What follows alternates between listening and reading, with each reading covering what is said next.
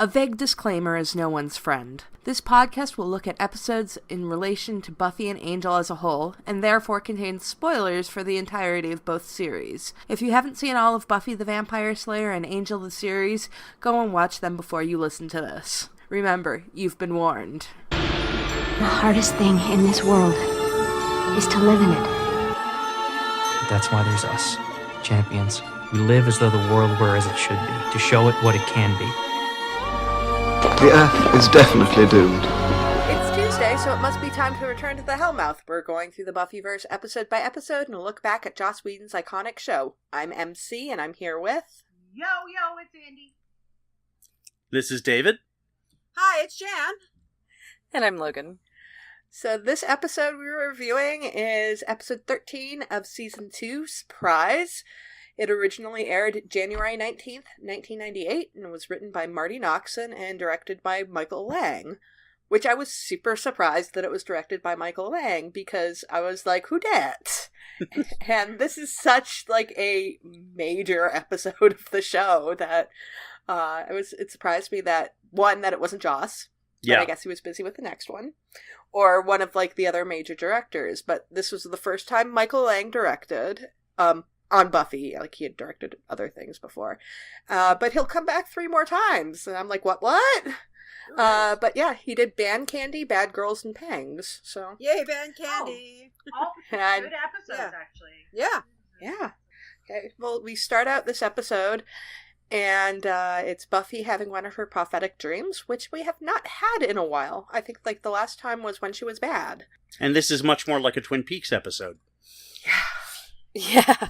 The one thing that I noticed, and it's just a side thing, but I thought it was kind of funny, is just, like, the first thing that stood out was, like, gosh, Buffy goes to sleep with her makeup on, because just the lighting is just so obvious that Sarah Michelle Gellar is, like, fully made up, but it's okay. It works. But anyway, cool dream sequence, I think. Yeah. I kind of want to talk about Buffy's prophetic dreams. There seems to be a trend in them about her readiness. What's it? Do you even know what you are, what you'll become? Is that 5 or 7? That is the end of season 4. That's Restless. For talking about what's going to happen throughout season 5. Because Joyce asks, "Do you really think you're ready?" Mm-hmm. And obviously that's a hint to, her relationship with Angel. But I find it interesting that often Buffy's dreams are about if she is capable and if she's really ready to take on the things she needs to take on. Yeah, I kind of noted that, obviously it's are you ready sexually, but I almost feel like in a way it's also, are you ready for the responsibility of the Slayer, because we know what's going to happen with Angel and where she's going to go. Are you ready to kill him? Are you ready to really be the Slayer? So... I felt like there was like a double layer there, that it wasn't just the obvious. So. Right. Absolutely. Well, I guess, psychologically, also, they are prophetic dreams, but they're also dreams. So maybe it's Buffy also talking to herself about her readiness to do whatever it is she needs to do to be a good Slayer. Just a thought. Yeah, well, I think it's both, because obviously there are things that are prophetic, like the "Are you ready?" and Joyce dropping the dish, and also just the fact that she's kind of connected to the psychic net because she doesn't know about the thing with Willow and the monkey and the pants and the hippo. But that, I thought that was a nice little throwback, because of course Buffy has no idea what this is, but the audience knows, as Willow is sitting there with the monkey. So, I just kind of think it's like, I like the way they do the dream sequences on the show. I think they always are very effective. Well, and it's something that's going to come up, these dream sequences, again and again and again. And they are some of the best of the series. And they are actually explicit in this episode that not all of Buffy's dreams are prophetic. And they what did she open with Giles in Vegas? An office supply store. Right. Yeah. So it really is kind of unclear how much of this stuff is clear prophecy. Mm-hmm. It does feel a bit Harry Potter, though, how often, to be fair, when it comes to, I don't want to get into a discourse about the psychology of Harry Potter, but how often he's like, I have these crazy prophetic dreams, and I'm like, do you? That's going to be the next podcast Jan and I start. I think so. Well, what Logan was saying about Harry Potter, I mean, I think it's partially, the information is there for the audience, but then we've also got to do like surreal dreamy stuff too, just to make it dream-like quality, and not everything has to make sense. But the fact that she also picks up on Drusilla, I mean, obviously, again, it's important for the audience to know that she knows about Drusilla. So yeah, I mean, I think I agree with Logan about the what you said about Harry has some weird vision or dream and nobody believes him. It happens with Buffy constantly. Even Angel's like, oh, what else did you dream? Because I think we've seen visually that there is a clear delineation between some weird-ass dream and a Slayer dream. In fact, we never see Buffy's non-Slayer dreams, unless you're talking about Restless.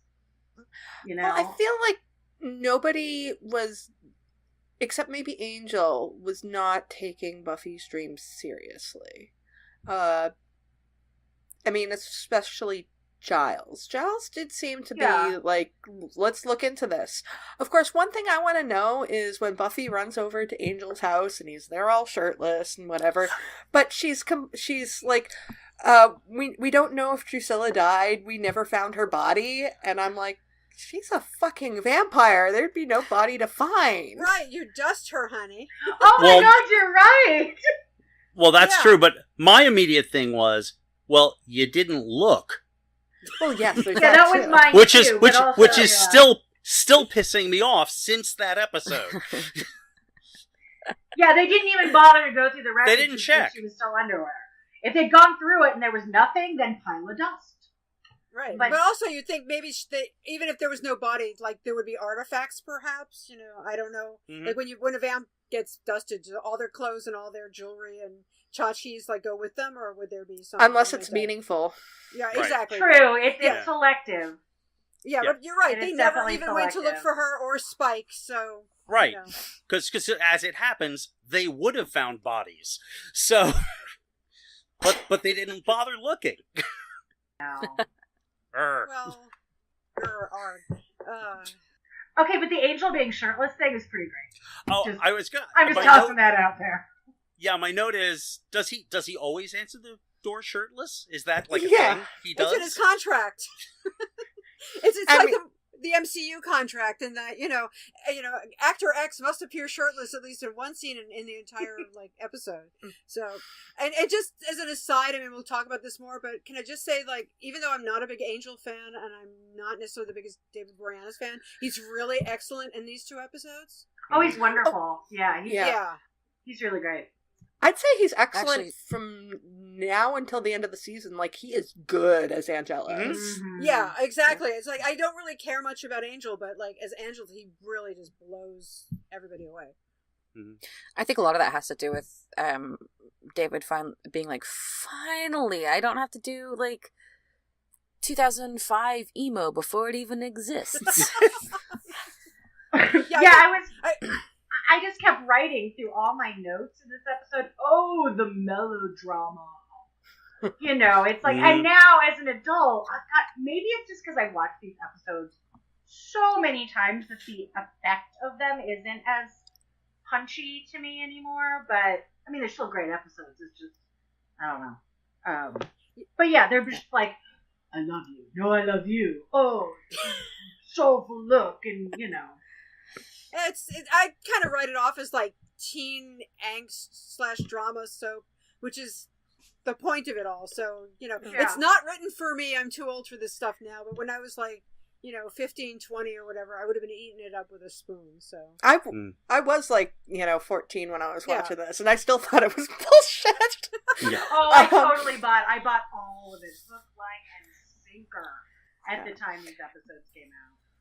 I'm just glad the "I want to die" dialogue is behind us. Oh my god! Yeah.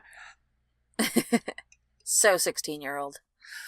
Which is Buffy's, just turned 17-year-old. Yeah. So for Buffy's end, it makes a lot of sense. She says, coming up on the next scene, she asks Willow, "What if I never feel this way again?" And I'm Oh, like, yeah. oh, Buffy, you totally will. But I totally understand at the age you're at, everything is so immediate and so fresh, and you can never see sort of future kind of stuff. But for Angel, I'm like, dude, come on.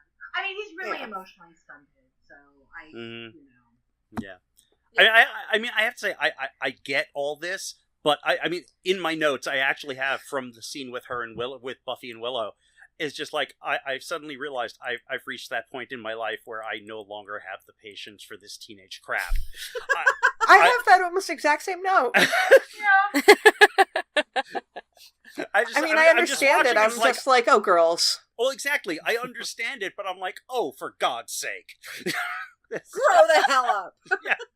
I know. Basically, and you know yes. what? I taught adolescents for quite a long time, and so I'm like, all right, I get it. I don't know. I think I'm easier on teenage emotions, but yeah, sometimes I'm like, I've seen this way too many times through too many sections of my life, so it doesn't have that same power. I mean, it was super powerful back in the day. Yeah. I mean, I'm just officially old and cranky at this point. That's all. Well, hey, I'm older and crankier, so yes. So yeah, there you go. I think if I was watching this just to watch it and sit down and watch it, I would probably get the emotional investment out of it again. But when I'm sitting down to watch it for the podcast, obviously I'm focusing on different things. So I don't know. But yeah. So should we move on to the scene with Willow? Yeah. I think we've already kind of moved on to that one. So yes, let's talk about the scene with Willow. Shows off how really Buffy's ready, but she's not ready, if that makes sense. Yeah, it's like the body's hot to go, but she's really not. It's actually really funny. Buffy won't be mature enough to handle this until she's already handled it. Yeah. I think that's really true for a lot of girls her age, though. You have to learn how to handle. You know what I mean? You never really know what you're ready for until it happens, right? Yeah, right. And then you have to be in the moment and then kind of process it afterwards. So yeah. So in a sense, she's ready, but she's not prepared. Yeah, that's a good way to put it. She's ready to do this, but she doesn't really know what she's getting into. Yeah. I think that's actually very realistic. I mean, obviously it's been a long time since I've been in her situation, but I mean, it's like, it's people kind of, I mean, this may be a little bit politically incorrect, I don't know, but in terms of like sexuality and teen sexuality, you think you're ready. Your body is certainly ready for this stuff way before you're mentally and emotionally prepared for that stuff. And so, I mean, the fact that Buffy has waited for as long as she has actually she's showing some signs of caution as compared to just like jumping into things immediately. And I mean, I think it's good, but it's like that's what people that age are. I mean, you're seething massive hormones, and you're not all the Slayer and trying to save the world. So yeah, well, and she is ready, but probably not prepared. I mean, this is the 90s. Yes, there was actually comprehensive sex education back then. I remember that before all the bullshit crap that happened with the Department of Ed later on. But anyway, but she's also not. So my problem with a lot of this stuff is that it puts this incredibly heteronormative perspective on the loss of virginity and the P in the V. Right? Because there's a lot more to intimacy and things like that I know wasn't being taught as much in the 90s, but it's still really, it's relevant to say that Buffy has never been prepared because Buffy's never had the opportunity to really talk about the emotional consequences of becoming sexually active with moms. I mean, I know people that are mothers that would talk about those things with their kids now, but that's not something she enjoys her going to do. But at least her and Willow are having a conversation about the preparedness, and she is having a trusted friend to bounce it off of. So she's not prepared. She's ready. Yeah. Although I did have the thought that while they were talking, it's like, I mean, yes, she has a friend she can bounce this off of, but it's not like Willow really knows anything that Buffy doesn't. Willow is essentially just living vicariously through Buffy, and not really helping at all. Yeah, exactly. So it's not like Willow can give her advice, per se. I mean, she can give her support. Yeah. But, yeah. But if you think about it, Buffy doesn't really have anybody that she could have turned to for advice in that area anyway. Oh, no. She can't talk to Giles. She can't talk to, God knows nobody can talk to Xander about anything in that area. I mean, Jenny is not somebody who is like a mother or a big sister person that she can talk to either. And Joyce is, even though Joyce obviously is sexually active, at least I get the feeling she was with Ted, but who knows? They don't have that kind of relationship. So, but... Mm-hmm. But I mean, at this point, we're just happy Joyce isn't doing horrible things. Honestly, Exactly. the best person for Buffy to talk to would have probably been Cordelia. Right. Oh my Yes. God, you're right. Yeah. Yes. That's a Yeah. really salient point. That would have been a great scene. I Oh know, my right? God, that would have been amazing. Because Cordelia pulls no punches. Like, she Mhm. would have been like, okay, here is this. Let me lay this out for you. Bye. Yeah. Quippy insult, deuces. And that would have I been... mean, Yeah. she wouldn't have talked about the emotional consequences of. Mhm. But I don't know. That would have been She an might amazing have. conversation. Yeah. Actually, that's like somebody needs to like write that fanfic of just like scenes we'd like to see. The other thing that I sort of thought while I was watching this is that I was kind of grateful that this didn't become, and now on a very special episode of Buffy loses her virginity and like having the talk and suddenly somebody coming in and let me tell you about STDs or obviously it's a vampire so it's not going to work, but I was really happy that it wasn't like that ham-fisted or heavy-handed about when the main character does this thing. So I like the fact that it's awkward and kind of like nobody really is prepared and we're not getting this long and involved lecture about how things are and whatever. Mhm. Andie brought up the importance that is placed on, P and V and the total loss of virginity, which is something I had actually made a note of for a later scene, like right before they do it, and like Buffy's like changing and Angel like turns around because he doesn't want to like make her blush or whatever, and I'm like, how far have these two actually gone? Has it just been like kisses or whatever? Like, because there's a big jump between, forbidden kisses in the graveyard and having sex. Mhm. Like, I mean, Huge. like, the bases are, like, Right, they and when you exist. get to that point in high school with your first partner, it's like, okay, we've done the bases and, we've slowly started to round home, but I don't know if Buffy's rounded any of those. They went backwards Yeah, it's like- from first base back to home base. It's like, has Angel ever seen her naked? I mean, considering he lurks, through her window and everything, has he ever seen her naked? Has any of this gone on? Yeah. With her consent. With her Yeah. consent, thank you. Yeah, sorry. Mm. I did not mean like in a pervy way, sorry. I just meant that... No. Yeah. What I'm saying is, has he seen her naked with her consent? That is a really phenomenal question. Have they had sex before they've had penetrative sex? Mm-hmm. I feel weird asking this question. It's No, I mean, really it's a totally not clear. valid question. Yeah. They really don't. And this is actually something I've been thinking as we've been talking about it, is that the whole thing about, here's the episode where Buffy loses her virginity. It's like, it's not really an organic process where Buffy kind of comes to this. It's more an external, the screenwriters have decided this is the episode, and so now we're just going to do this. Mm-hmm. Right. There really has only been this, like, kissing in the graveyard and him kind of lurking outside her window, which God knows what's up with that. But, and that's it. That's all we know. Right, And- whereas actually, just a comparison of thinking like, compared to like Xander and Cordy, I mean, granted there's been a lot Yeah. of gropage or whatever in Claude, we get the feeling there's been a lot going on between the two of them, and they've, whether or not they've actually had P&V, who knows, but there's been a lot of... They haven't. They No, haven't, I don't they think they never have. do. No. Right, Yeah. okay. But there's still a lot of other messing around between the two of them, and I'm sure it wasn't just illicit kisses. Yeah, Yeah. no, I mean, we just have a much more, we have a better picture of their relationship than we do of Angel and Buffy's. Mm-hmm. But I mean, on most TV shows, even now, I think, you don't see the buildup of these things. You get it in a lot of YA novels, actually. The sort of emotional buildup to, getting to the thing or not getting to the thing. I think you have a little more time to breathe there, but you don't see that in television, especially heteronormative television. It's, we're kissing, now we're fucking. Like, it's problematic, and then young women look at that and think that That's what the it end all and trains be all. us that putting a penis in your vagina is the only way to have sex, and we have to like retrain ourselves out of that. And it does. It comes from teen soaps like this. Not that I don't love Buffy, but it does.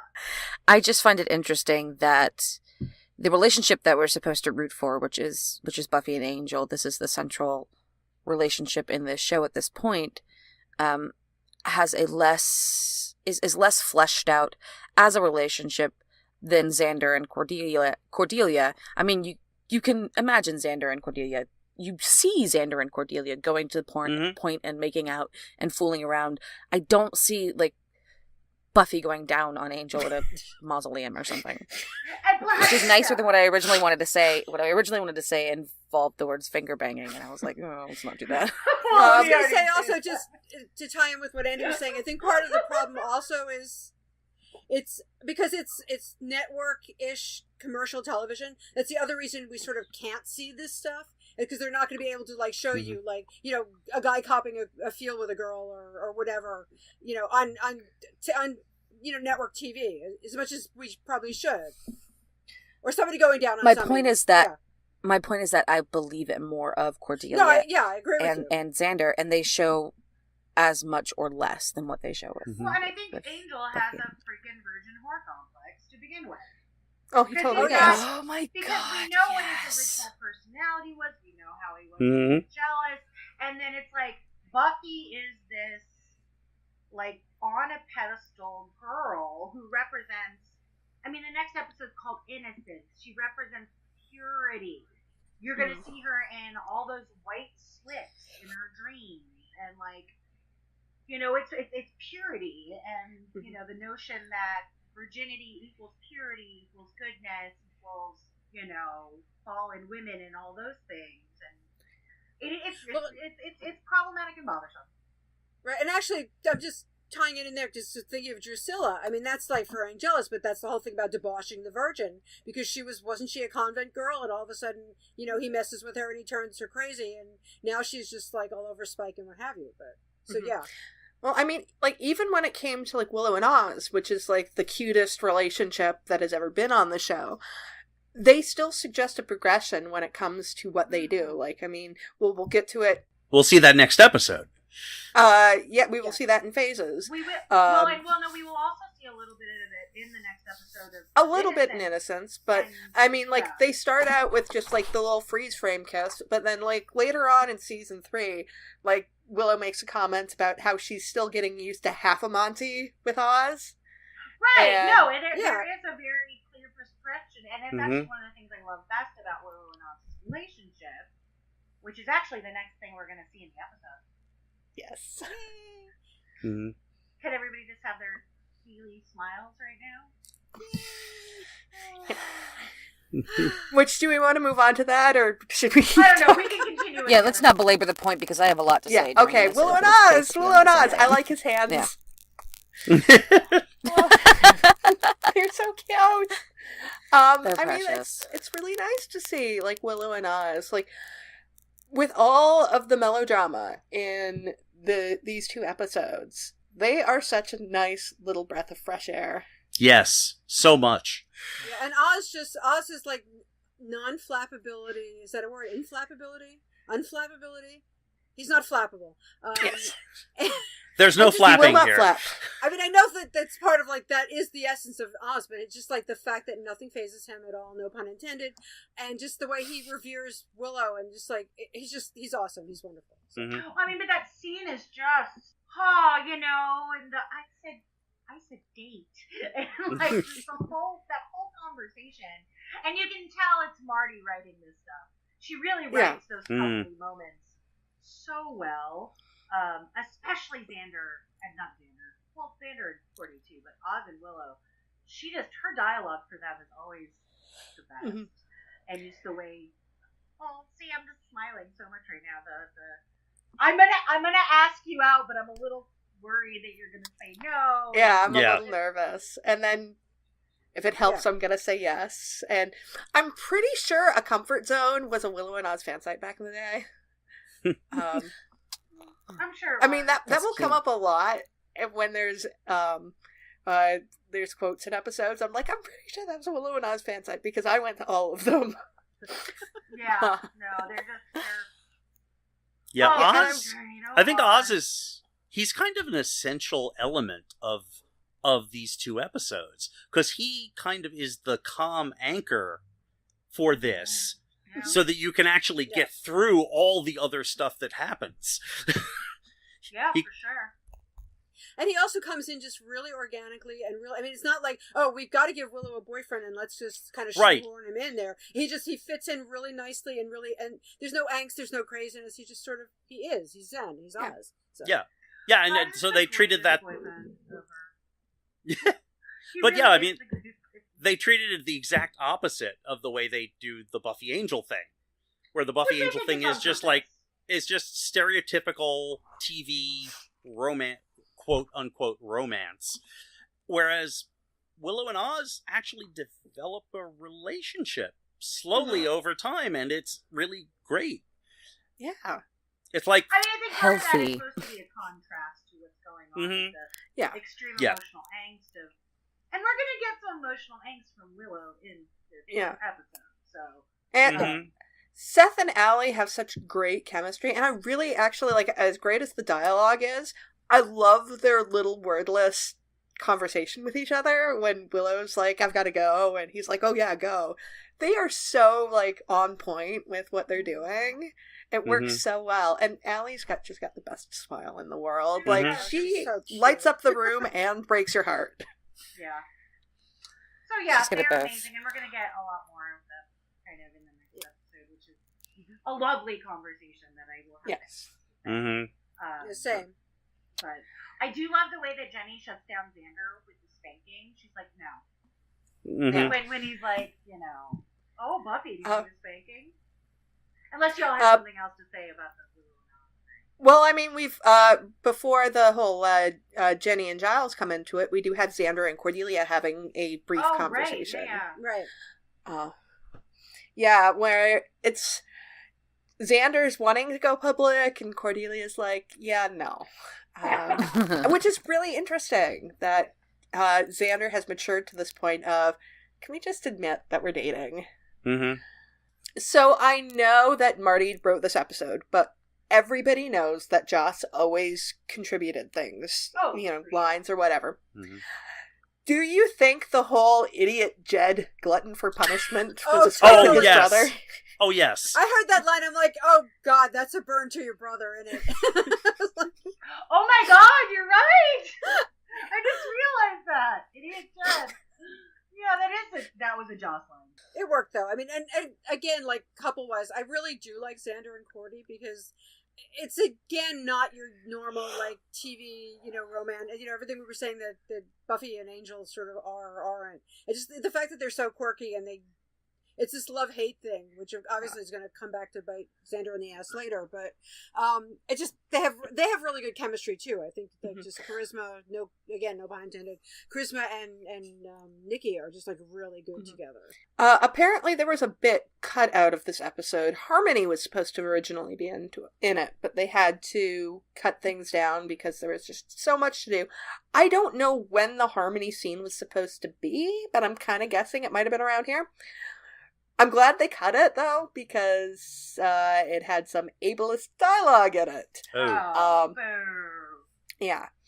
But I can't find the dialogue, and I don't really want to read it because this word is repeated several times. Begins with an S, ends with a Z. But basically, Cordy is trying to ask Harmony about, like, Xander, and it's like, don't you think Xander's been kind of looking good lately? And Harmony's like, seriously? Like the king of the insert ableist word here. And then Cordy's like, ha ha ha, yeah, no, I wasn't, really asking. And so, I mean, I thought that was an interesting cut that they made, just because it's like, Xander wants, they both want to be in a relationship, but they don't know how to do it. Right, especially with the social... Yeah, I was gonna standing kind of thing. Yeah. In high school. I mean, to be honest, I don't know that scene adds anything. Would have added anything because I mean, Cordy just literally comes out and says, "No, I'm not going to tell people I'm dating you because that would be socially awkward." Yeah, and that's all that scene gives you. Yeah, I think I did actually read the dialogue on some website about it, and thinking, yeah, it takes away, because in a way, I mean, it makes Cordy seem a little colder this way. Mhm. That Xander's kind of the one that's needy and kind of wants to, like, can't we be? But that fits with their social strata also, because she's the popular girl. She doesn't need to let anybody know she's dating the nerdy guy, whereas the nerdy guy obviously wants to be. Look, I'm dating the cheerleader, so I think it works Social better this currency. way. I don't even know if that's Xander's motivation for wanting. No, Yeah, I don't think I don't think it I is. think he does really like her, and I actually think it's kind of embarrassing for him to be dating this popular cheerleader, because he was the treasurer of the We Hate Cordelia Club. You know, and I think it's because he's genuinely coming to like her, and it also leads me to believe the stuff that we're not seeing off screen with Xander and Cordelia is them actually being pretty nice to each other when they're alone. You know, which often happens, you know, in teenage relationships, what you don't see and what you see publicly. But yeah, I mean, I love Xander and Cordy, and they're not a lifelong couple, but I think they were good for each other. And, And honestly, if Cordelia hadn't, spoiler alert, died, if they had come back to each other after the shows had ended, I totally think that they could have, hooked up. Yeah, no, I mean, it's after all the growth that Cordy had gone through, After all the growth Xander had gone through. I mean, it would have been. Yeah, and of course we'll get that really nice moment at the end of season 3, when Cordy's getting the dress wants to get the dress for the prom. Yeah. So I'm still not unconvinced that Xander didn't punch Cordelia's V card at graduation. Well, they make such a big deal out of him losing his virginity. Well, I mean, he would have already lost his virginity to Faith. Oh, right. But isn't he? He's seeing Anya at that point, though, isn't he? Not really. Not really. By graduation? No. He went to the prom with her, and that was it. Oh, okay. And then she runs away to avoid the apocalypse. She pieces out. She's like, bye.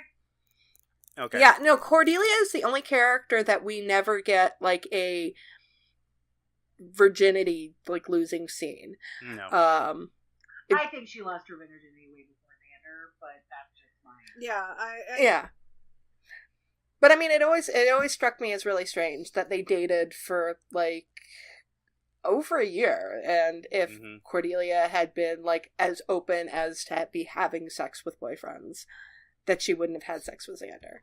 Well, it's possible. Well, the people she was dating tended to be, and she made a point of saying it, older boys, high school students, or older high school students, college boys at one point. Perhaps it was because she may have been further along on that journey than Xander was. It was more of maybe he wasn't ready, which would have been a nice conversation to have. But again, we can have a lot of conversations about, making your sexual debut and, the social construct of virginity in the next episode, because there's a lot to talk about. But Jenny. Jenny. Jenny. Who can I turn to? That reveal, I think, really, because the whole build-up on these episodes, like, publicity-wise, was all about the, what will betray her? What, who will betray Buffy? Do you guys remember those promos at all? Emcee, do you remember those? I do totally remember who those. Will betray, blah, blah, blah. And when it gets later, it's like, one of these people will die. You're like, So we knew something was going to happen, and I think I kind of figured out it might be Jenny based on who they were showing in the promo. Because it wasn't going to be Willow or Xander or Giles. I mean, you could also see, what happens with Angel as a betrayal also, but not really. But, and I like Jenny. And I don't think she's bad. I think she's doing what she's been raised to do. Right. Yeah. It also gives her some depth, and she's not just like, oh, and here's the romantic, character just for Giles. It's giving her a purpose in the story, and actually it's kind of like, dun, dun, dun. Look, there's more to her than we know, which is cool. But one of my big problems with it, though, is, like, it's not really Jenny does what she has to do. It's like Jenny does what the plot needs her to do so that we have somebody around who can explain shit. Because that's the whole reason why they did it. And actually Joss even admitted it, that they had no plans for Jenny to actually be Yara Kaldarash. Yeah. It's just they threw that in because they needed somebody to be able to explain Angel's curse. And, you know, that's not why they cast Rabia Lamort, because they obviously didn't really care when they cast Vincent Schiavelli to play a... Oh, God. They basically cast play Vincent Schiavelli to play a Vincent Schiavelli role. Yeah. And it's pretty apparent that was a late decision by how sudden Jenny starts acting sort of sneaky and surreptitious and like she's hiding something. There's not a lot of build-up. There's not a lot of indication before that she's got this secret life. Yeah. Well, later when she says... I guess that could be...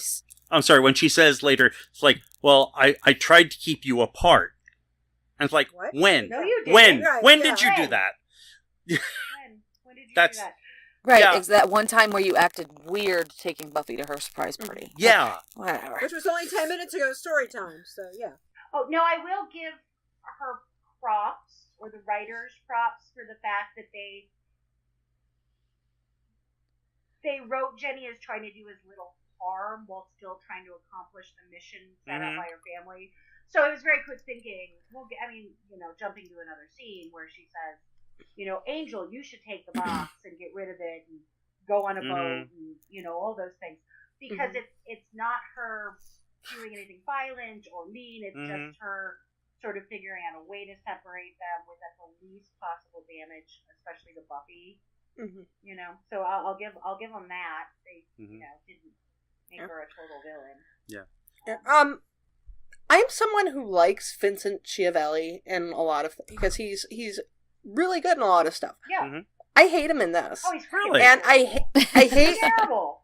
I hate Rabia when she's with him. She becomes so fucking wooden. Yeah. Yeah, I kind of expected him to break into John O'Connor, from Buckaroo Banzai type stuff. But he's not. I mean, he's really good when he's wacky, and there's no wacky. He's just like this. Anybody could be in that role, basically. It's just pointless. Yeah. Emcee, when you put it that way, I suspect maybe it's just the two of them don't work well together. Yeah, it's very possible. And I mean, their scenes are just complete exposition where it's like, here is all of this shit that the audience needs to know. Which could have easily been accomplished by a Watcher's Diary. Yeah. Easily. But I do want to mention that in that scene where he first shows up in the computer lab, there's a sign above the blackboard that says, "Have brain today?" I have no idea what that was supposed to mean. I don't know why it's in a computer lab. I have no idea. It's just hilarious. Maybe it was a David Lynch suggestion. Right. Brain and brain, what is brain? Yeah, So. yes. The next scene is Buffy talking to Giles about her dream coming true. Though I don't have any notes on that particular scene because it was just it was a thing that happened. My only notes are I love ground his bones to make your bread. It's one of my very favorite lines. That's a phenomenal that's line. You ground his bones to make your bread. I was so mad I was going to ground his bones to make my bread. And that Willow Scotty sweater is way too cute. That's yes.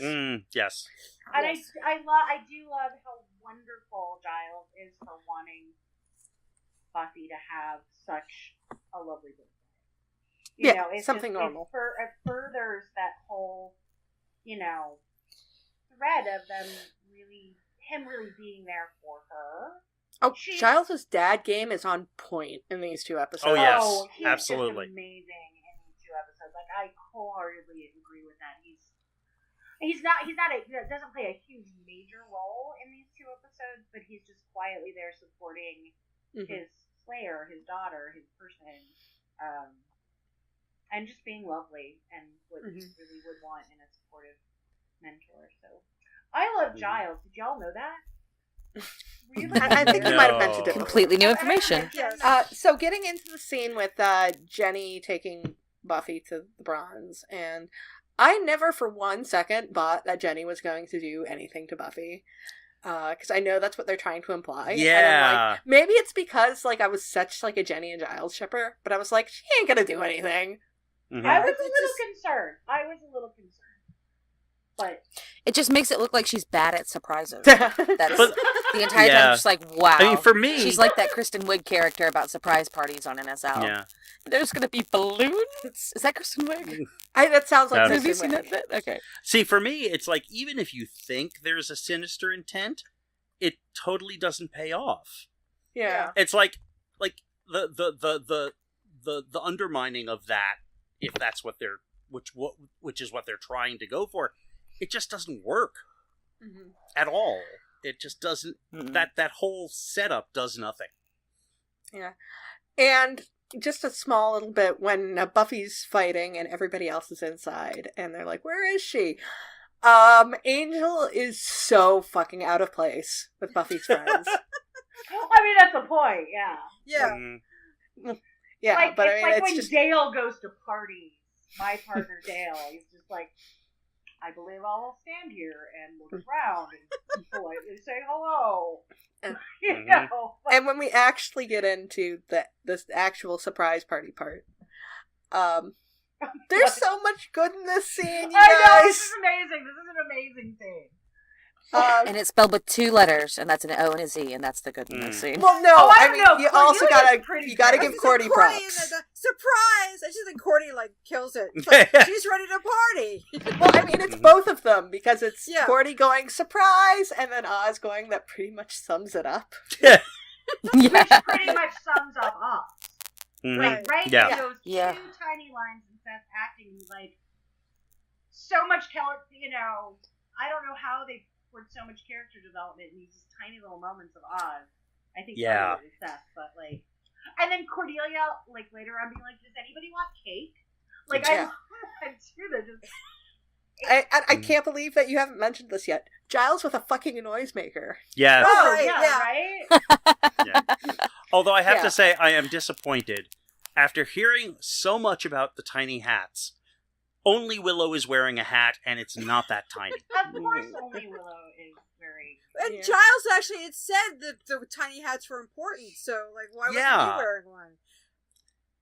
I don't know, because he's Well, I saving it thought for he a said that sombrero in a couple he'd be there, but not wearing a tiny hat. Right. Yeah, Giles said he Yeah. would not be wearing a tiny hat. That's true. Right, but right, but he Xander did seemed say- into it. Yeah. I want to see Angel wearing one. That would be That great. be hilarious. That would Yeah. be so funny. And yeah, no, the Oz scene, Oh, best reaction to finding out about the supernatural ever. oh, absolutely. Okay, that explains a lot. And Xander in that scene also, I love. It's just like, yeah, vampires are real. Willow will explain everything. It's just like he's so tired of this.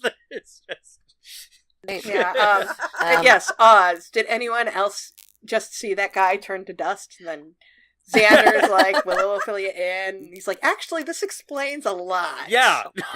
I mean, I think great there line. are moments in this scene that really distill those characters down to their absolute essence in just a little bit of dialogue and some meaningful looks, and the actors like really knowing what they're doing. Because Xander's like, yeah, Willow, and Cordelia's like, surprise, who wants cake? And Oz is stoic and taciturn, and it just all works.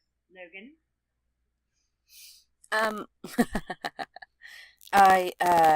I think that shows how well Marty understands these I characters. do. Yeah. She's just got a great instinct for them. I really, I know a lot of people are, and I guess we can talk about it a lot when we get there, but a lot of people are very iffy on 6 and 7. I love them so much. I do too. She has, And it's largely because I'm a Marty stan. and I'll she has die a for lot of them. understanding of the characters. Like, I'm not saying she didn't make bad choices, and my God, we will get to that. Mhm. But she understands these characters. Yeah, when it Yes. comes to the character moments and just like the interactions, I don't think anybody does it better. The other thing I was going to say is that the director. I mean, we were talking about how Michael Lang hadn't done anything before, but I think he just gets like these amazing little performances out of people. Yeah. And I don't know whether another director could have done it, but just from a directorial point of view, I think that's part of it too. It just everybody hits everything perfectly. I always think that the sign of a really good directorial job is how many scenes from that episode end up being put in the credits. Right. Mm-hmm. And a lot of scenes from this one get put into the credits. For sure. Yeah. Tons of them. And I also think in defense of Marty, she's the one that really likes to have small character moments and beats. She's the one that always gives you the episodes. If you look in the credits of all her episodes, you're like, oh, that's... And then you watch it, you're like, she really likes the emotional beats. She likes to open things up emotionally and let the characters express way more than I think any writer on this show. Maybe Jane. Jane actually, as funny as Jane Espenson is, she also sort of likes character moments and beats and furthering the emotional storyline and not just the plot. So I will always give Marty credit. So. And I think we talked about this when we were talking about What's My Line Part 1 and 2 about how there was some unnecessary filler and it felt a little clunky to have two parts. This one definitely needs to be a two-parter. Oh, God, yes. Besides the chunky exposition between Jenny and her uncle, most of the exposition is delivered in a really creative and delightful way, and the episode is kicky. It feels like it actually has its own plot and not just a part one of a part two. I actually think probably the biggest problem with, What's My Line? We said that, they didn't have enough for 2 episodes, and we had big problems with the last 2 episodes.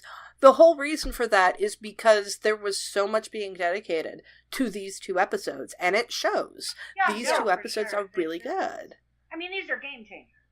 Yeah. Yeah, and I think, 100%. like you were saying, the scene between Jenny and her uncle, unfortunately, I think that's probably that, because when they broke down the entire, story arc, I'm sure that was in there, that we have to give this as the exposition bit, so it was kind of shoved in there, because it had to be, but everything else is kind of organic within the rest it was of the a lot story. more organic exposition, without having, Tony Head didn't actually have the bulk of the exposition in these episodes, and usually it's like, they just give the exposition to Tony Head because he does it in a way that you're like, I'm just going to watch Giles be Giles, and I know this is exposition, but I'm delighted anyway. Oh, maybe that's just me. So yeah, the bronze scene, I love that. If you're going to, point out, the essence of Buffy in a good way, I think that scene is part of it. It's like, kids, emotion, vampires, snark, perfect, in a club. The only thing I don't like about the bronze scene is Jenny trying to push Angel out the door, which is totally fine. I get why Jenny is trying to do that, but why isn't anybody else other than Buffy, who wants to keep her boyfriend there, being having Angel take it is the worst idea, because it is a time-sensitive thing where they need to get this arm out quickly. So, taking a steamer train, the worst idea. A plane would be much better. Either Jenny or Giles should be okay, either Jenny or I should take a leave of absence, or I should maybe call the Watchers, even though they're fucking useless. I know TSA wasn't overly, or even a thing at this point, but would you check the arm, or would it be a carry-on? In those days, you could have carried it on. I used to carry on weapons and instruments and stuff like that without any problem. A Slayer got onto a plane got into a cargo hold a couple episodes ago. Yeah, but she snuck into the cargo hold. Yeah, she didn't go through security. Right. But I think there's part of the point, and Angel says, I'm the only one that can protect it. Because I'm strong and I'm vampire, and I get that, but yeah, Giles could have been all right, let me get on a damn plane, book the first one, I'm taking this thing to England, and, they're still working for the Watchers Council at this point, she hasn't started yet, so, right, we know the Watchers Council is totally fucking worthless. But they don't. Yeah, my other note about this, and just as an aside, I can't remember whether it was like True Blood or actually the Suki Stackhouse books, or whether it was like Anne Rice or something, but I know in some series there actually was a whole thing about how vampires actually could fly. They just would take like night flights and they had to go west the whole time or whatever, so that it was always dark wherever they were going. And I was like, why couldn't Angel do that? Or like go somewhere and then get off, and it's still faster than steamer train, even if you have to like do an overnight somewhere. So they did that in a Wolverine comic with Hulk in it back in the days when Hulk would turn into Hulk when he was at night. Okay. But I know this was like from some other vampire thing. That's right. Did they go back to the whole nighttime thing later? This was back during like it must have been like the early 80s at the time. Okay, because all right. Yeah. So I'm not because okay. Well, let's not get into a whole Hulk discussion, but I mean, obviously, Angel's never gonna get under the way. I mean. Underway. I don't know. Yeah. Underway. Because they just need to get them to the dock. They need to give them their their goodbye, which is going to lead them into the sex. Yeah. Right. And that stupid clattering. Okay. God, before we get to that, just the Drew and Spike scene. The only thing I need to say is that Drusilla's velvet boots are fucking luscious. Oh, I know, right? Okay, I don't want to derail the conversation. I don't want us to like get too far into this question, but why does a vampire need glasses? Aesthetics. He wants to look brainy. It's brainy specs. They're brainy specs. Yeah, Don't you, when you become a vampire, you sort of get a lot of those things that were keeping you. I guess it depends on the lore. Actually, I'm that's not an Anne clear. Rice thing. I don't know if that's like true for like every vampire lore. Well, I mean, in season 7, you're going to see Spike turn his mom into a vampire, and it cures her like consumption or whatever. Yeah, and Spike wore glasses. Yeah, as William. Yeah, I'm curious. I'm sorry. It'll give me kung fu, but you won't give me 20/20 vision. Is that what's happening here? Yeah, right. Yeah, I know which one I prefer. That's why I think we should say it's brainy specs. He just wanted to look smart. So yeah, I know, and it really is one of those things with the costume designer setting that up as a like the nerdy, brainy vampire. Yeah. But and what did we learn, Dalton? What did we learn? That shit gets you killed. Yeah. It gets you killed. I do love her, like, putting the little broken glasses on and then patting him on the head. And there's this thing that Juliet Lando does in both these episodes, and she does in other episodes. And I can't describe it in audio. Y'all can see it because we're all on webcam right now. But she does this little dance where she just goes up and down the little fluttery little excitement dance. Yeah. I do that when I eat good food. I just bounce my butt. That's just one of those character things that Juliet does that I love. Yeah. That enhances that character so much. Well, especially because she carries it over into her rage or sort of fear moments. It just becomes twisted and angry. That her like that thing she does with her hand, and she makes that mewling noise. She's such a phenomenal. She really is. I really wish she'd gotten a lot more work than she has. And you can see the dancer training because a lot of it is just like body movement stuff on it, which is beautiful. Yeah. So we do get into the whole goodbye scene, and as Andie pointed out, the damn clattering, which I totally had one because of this episode. Okay. Did anybody know? I didn't have one, but I swear to God, everybody I knew had a clattering for some reason, or clatter earrings. So, So one of my dearest friends that is no longer with us anymore gave me a clattering in 1993, which I wore. And then it was like, oh cool, I already have one, because at the time I was like 23 and I was like, ooh, clattering, I've got one just like Buffy's.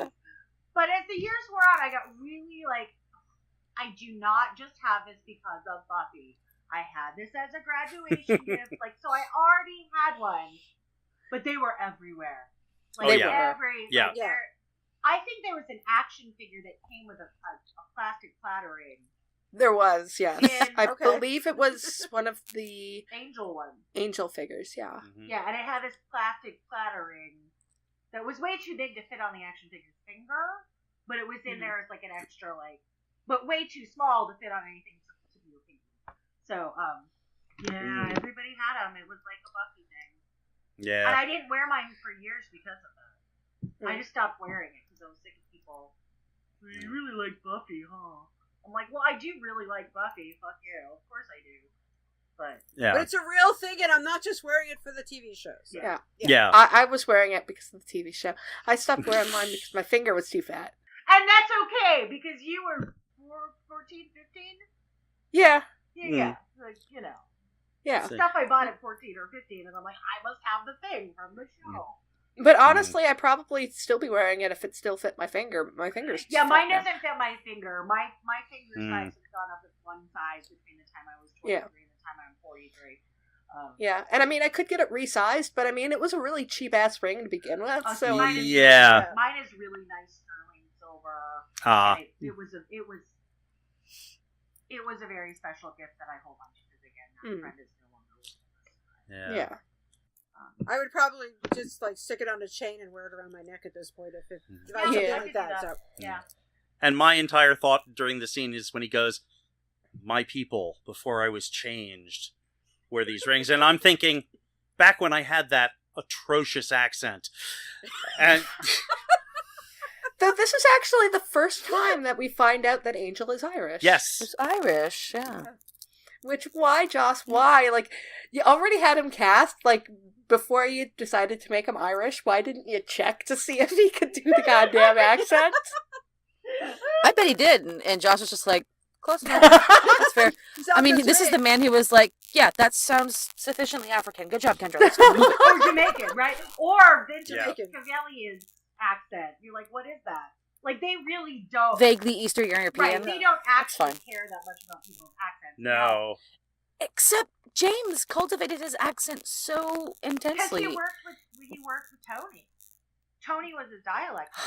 And okay. So actually, much. this is a nitpick. Speaking of that, there's one point where Spike is talking to the judge and something about like not sitting around on your ass, and I like freaked out because I'm like, it should be arse. He would not say ass. But anyway, so he's been in the States for a while. Yeah, true. But it's just like that one like really stood out to me as like and he's also kneeling.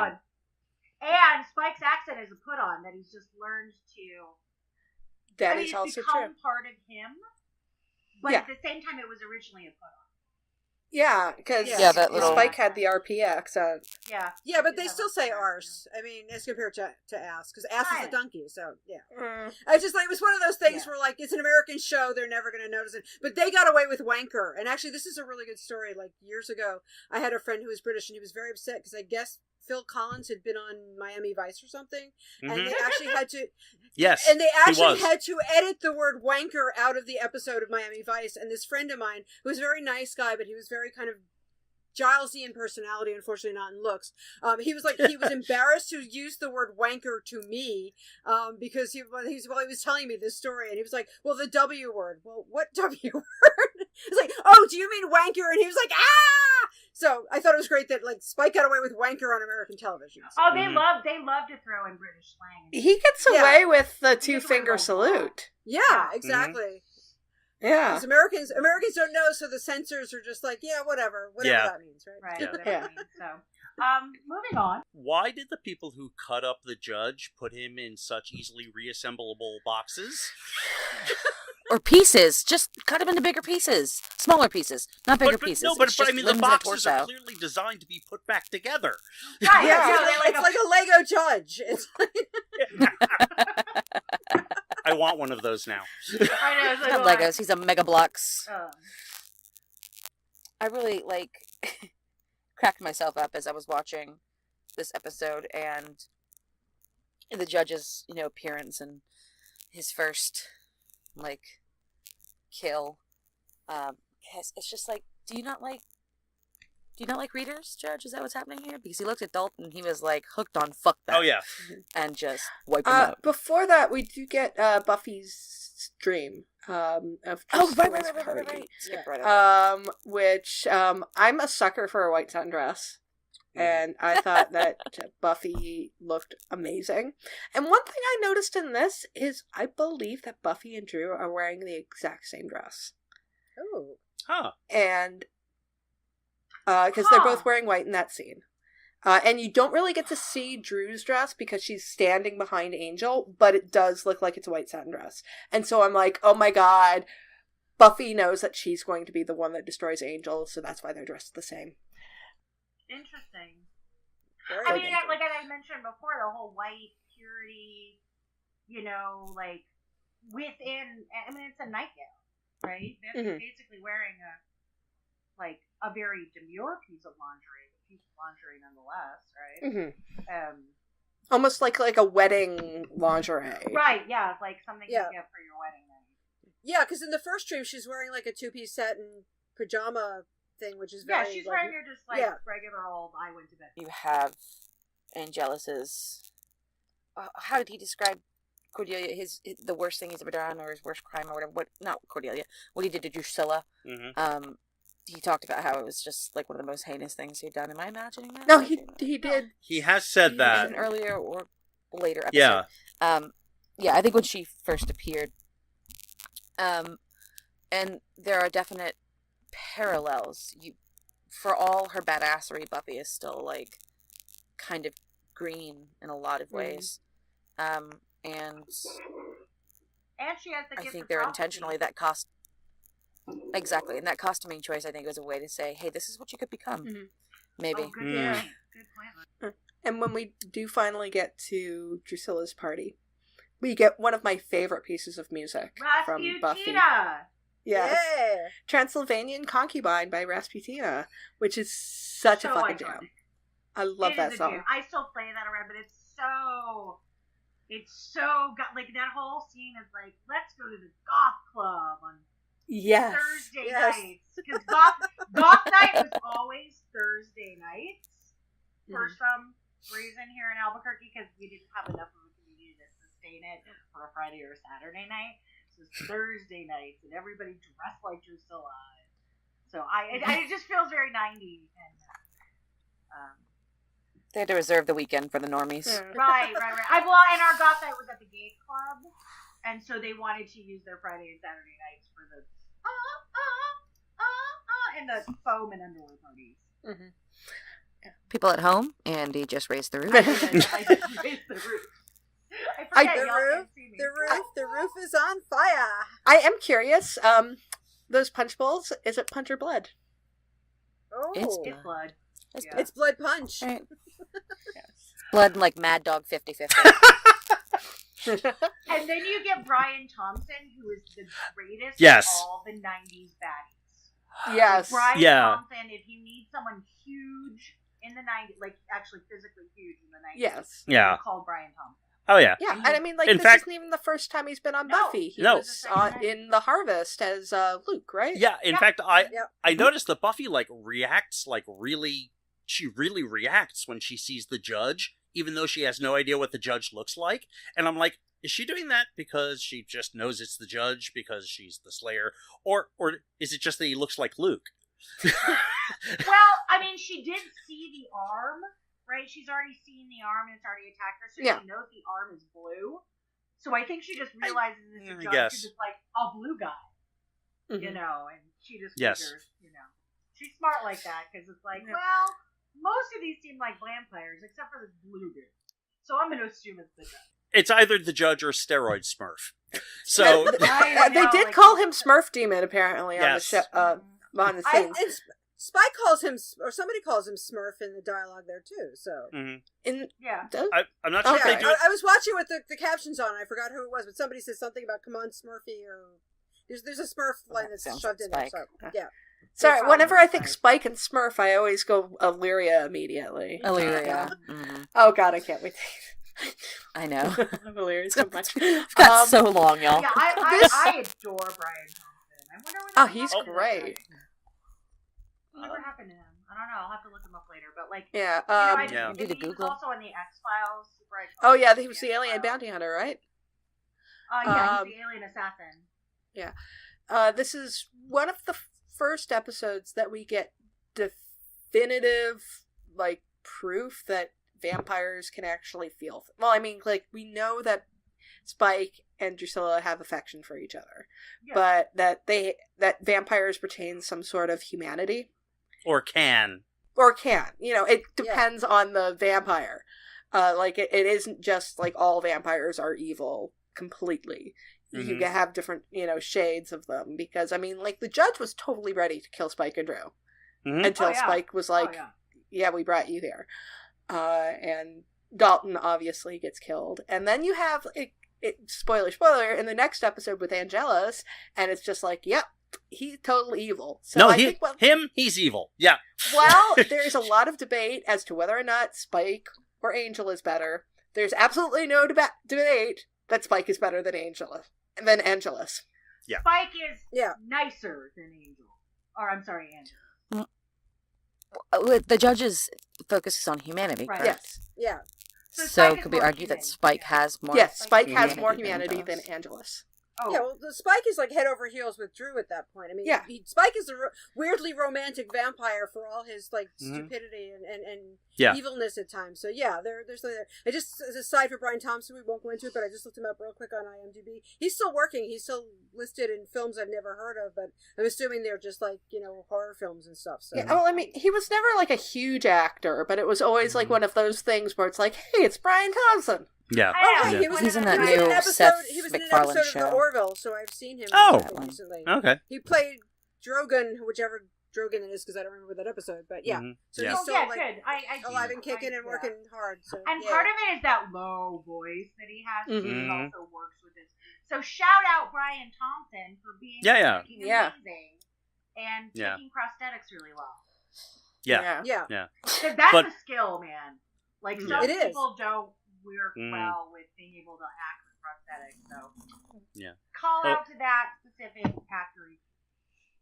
Yeah, there was somebody on Babylon 5 who like could not be Narn, I think it was, because she was like claustrophobic and could not handle the prosthetics. So yeah, it's a skill. But speaking of the judge in Humanity, he specifically calls out Drew and Spike's affection, as the sign of their humanity. Yeah. So that's and Drew talks about it again in season 5 when Spike kidnaps her. It's just we can love, but not always wisely. Yeah. Like, that's the same is true of humans, right? But that's what I'm saying. That And honestly, Spike, worst of all, let's be real. Yeah, there's a reason why, like, his big flashback episode is called "Fool for Love." That's Spike's character is like loves bitch. Are Buffy's pants giraffe print? What's going on with those? They're super ugly. Oh my god, I hate those pants. They were ugly. Like, the worst pants ever. Anyone thoughts on the pants? Are they giraffe I just thought they were ugly. It was the late 90s. Okay. Yeah. I just wanted to point out literally that no explanation. So, after the fight with the judge, they run to Angel's place. And I know the reason why they ran to Angel's place is because they got a bone. But it's the fucking worst place for them to hide because they're being chased by vampires. And Angel's place is the only private residence that the vampires can actually come into. Oh my god, you're right. That is pretty wow, yeah. Oh my god. Yeah. Oh well. True. Okay, and then you get They got a bone though. He turns around and she goes, "Ow!" Like I have this little cut, and I'm like, "And 100 million hurt comfort fanfics just got it." Like it was like the tropiest of the trope right there. He doesn't even do anything to help her. He just like sits behind her. He's like, "Oh, let me touch it gently," and then she's like, "Oh, it's closed." Back. I almost lost you. Yeah, seriously, it's fucking fanfic. I am writing this scene right now between two different characters. Yeah. Yeah, I mean, because normally the vampire trope, I guess, is, oh, you have a cut, let me, let me just, suck the blood and then I'll heal you, or blah, blah, blah. So, yeah, and there's nothing there. It's just like, oh, you're healed up. So why did we need this exactly except to have him physically come closer to her? Oh, yeah, that's absolutely what it was. Look over his it's shoulder. Stupid. It's really, that's, one of the clunkiest bits. Like I said, it was just all kinds of, they went through an emotional journey and, she kicked the judge, and it was just such a hurt comfort kind of thing, which there's nothing wrong with hurt comfort. Yeah, well, I mean, she literally says, she's like, I mean, they're wet because it was raining, and it's like, why did it have to be raining? It's like, because they needed to go and have to change, and she's like, I almost lost you tonight. Well, they're not... Yeah. Yeah. Yeah, no, I mean, seriously, I mean, part of it is that our love for Bangle is not super high. You know, I so. do have in my notes that I was all 100% on board Bangle during the run of these episodes. Yeah. Like, I was 100% invested in Buffy and Angel and what was going to happen, because I was a lot, like I've said a lot of times, if you're putting it in front of me on the screen, I'm probably going to buy into it if it's, you know, written well or speaks to me or, you know, whatever. And I hadn't discovered fanfic yet. Yeah. So at that point, it was like, I would discover it the summer after the finale of this year.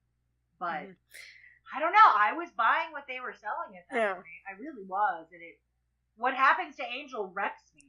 It wrecks me. We're also old and bitter now, so yeah, it's I'm like, old don't and give bitter me this now. hurt comfort bullshit. Whatever. I'm not that bitter, but I'm younger than you, and I'm fucking bitter as hell. I know. You know. I'm bitter, and I'm also just like over romance and stuff like that in general. Yeah. I'm just like a hardened old bitch. So yeah, but you know, I mean, I was 100% on board with them. I was really invested in their relationship. I was really. I think for me, it works in the context of the story and the characters and what's going on there. Even if I'm not like super emotionally, like, I'm not going to go off and write, you know, Angel Buffy stuff. But I think for the characters and within the story, it works really well. Yeah, it works really well. It does what it has to do. And it kept me coming back. You know, it kept me coming back the next day. Yeah, no, I mean, like, this ending, this was, like, the first, well, I mean, the What's My Line cliffhanger was a cliffhanger. Actually, that was a great cliffhanger. Yeah. But, I mean, this one was so good because it's, like, this is iconic, and, like, what they did with the arranging of these episodes, because this was the last episode to air on Monday night, and they moved it to Tuesday, so there was only like if you go onto YouTube and you look up the ads for these episodes, which maybe I'll do that and put that with the show notes, well, they'll be like, on a 2-day Buffy event. I remember the 2-day Buffy event. Yeah. Yeah, so they used it to move Buffy to Tuesday, to make it not just we're moving the night. It's like they made you actually, like, super invested in it. And doing that is what drove a lot of people to the show. Oh, absolutely. This Definitely. is when it just really started cruising. This is peak Buffy. This is total peak Buffy, and this is when most people got into the fandom and all the cool stuff. I mean, this is that moment where Buffy became a zeitgeist. A small one, but it was still, you know, that's why we're still here 20 years later, because, I'm sorry, the WB's marketing was amazing. Yeah. So I always thought that the What's My Line cliffhanger was more effective, just because you had to wait a whole week. That's true. And on a personal note, which is why I still love Buffy 20 years later, the whole Monday, Tuesday thing was the thing that kept me alive. I was in a very, very bad place in my life at this age, and I was making a plan to do bad things to myself, but I was like, no, I'm gonna hang on and just find out what happens on the next episode, and then next Tuesday, and then next Tuesday, and then next Tuesday. And the show really helped me get through a really, really bad time in my life, but I had nobody else except for this show. And again, it was myself self-therapizing and trying to trick my brain and saying, okay, I won't kill myself because Buffy's on tomorrow, it's the 2-night event. And then I have to find out what happens the week after. So that's my big confession that I've always been needing to get to with these. Why I love Buffy. Why it is so meaningful. But that's the thing we do. I mean, I still do things like that. Not to that extent, but still, like, I need to know. I can't kill myself, haha, because I have to see what happens with Star Wars. Or I need to. I mean, it's a thing we do as fans, and it's an important thing. It's a good thing. So thank goodness for Buffy, because you're here and we're able to talk about this stuff. So these two episodes now, as an adult, as a 43-year-old woman, I'm like, yeah, it's kind of schmaltzy, and they're teens, and they are what they are, and you know, the melodrama. But at the time, man, I needed to know. So, as problematic as he is, I'd like to publicly thank Joss Whedon and the cast and crew of Buffy for getting me through, like, the worst time in my life. And seeing me out the other side with these 2 episodes. That's my big... I'm sorry, I was very heartfelt. No, it's totally cool. I went through a very similar thing. I mean, it was slightly later in the run of the show. It was more during season 3. But I did have a very dark period in my life where it was, I can't do anything to myself because I need to find out what happens next week. So yeah, I mean, it's a very similar thing. And I know that there's a lot of people who had similar reactions to this show. It was a show that resonated a lot with young girls who were trying to sort themselves out emotionally. And at a time in their lives when they tended to be very vulnerable. So I think it was extremely important. Yeah, I mean, I can see all the problematic bits now. And then for those of you guys that didn't start at the beginning or were 10 years older or 10 years young, you know, Logan, you didn't start watching this until what? This episode. Oh, this was the episode? Wow. Okay, so you were what, like 2? 3? I love you. That's rude. I'm just saying, you're rude. Super young and wonderful. Oh, you're making me feel even older. I was 10. Oy. 11? Yeah, okay. Maybe. I was 23, so. I mean, I had the luxury of watching things, at least this part, like in strip episodes for the week. It was a good cliffhanger. Because I was sort of spoiled with Buffy, but not enough.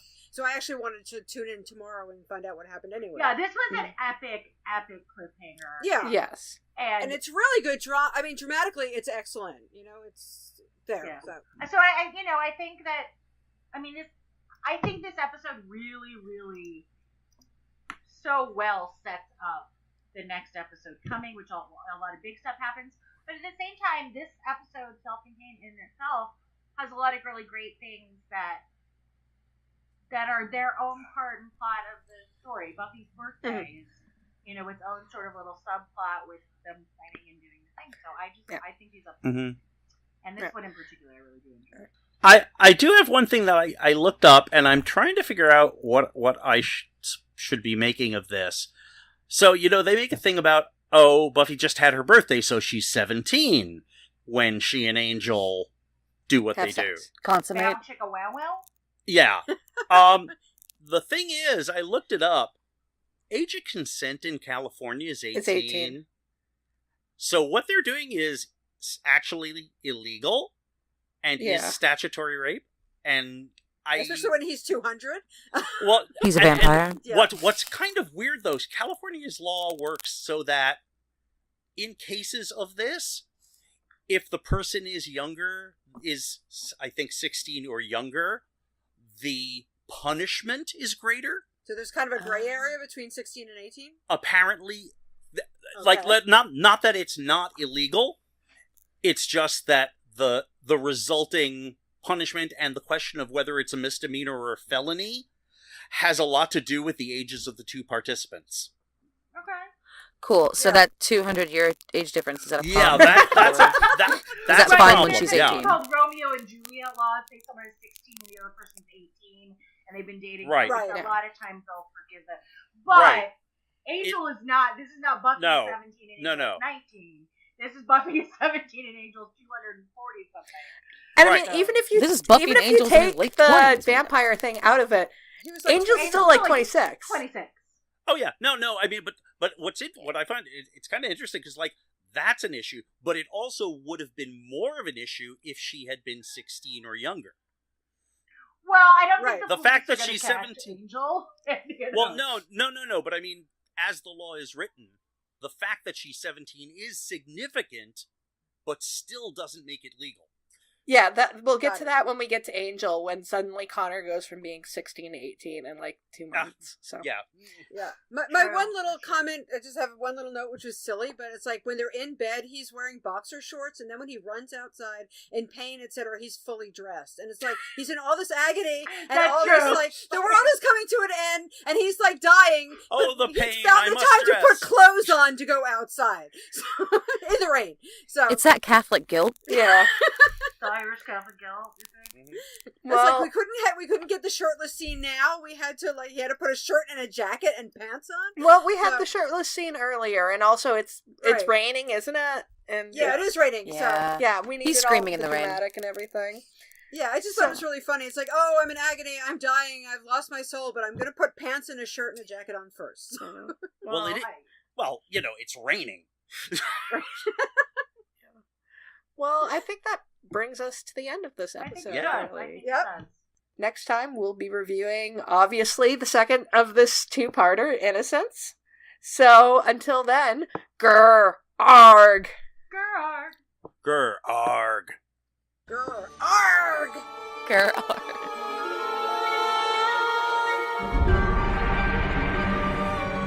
We'd like to thank everyone who downloaded the podcast, and an extra special thanks to everyone who shared, liked, and subscribed on social media. If you'd like your questions or comments read on the show, you can contact us on our website, returntothehellmouth.com, on YouTube at Return to the Hellmouth, on Tumblr and Facebook at Return to the Hellmouth, on Twitter at HellmouthReturn, or on email at returntothehellmouth@gmail.com. We'll be sure to read your comments on the show. Be sure to rate our show at iTunes and Stitcher, and check out our show merchandise on TeePublic and Redbubble. See you on Tuesday for Innocence. Grr, arg.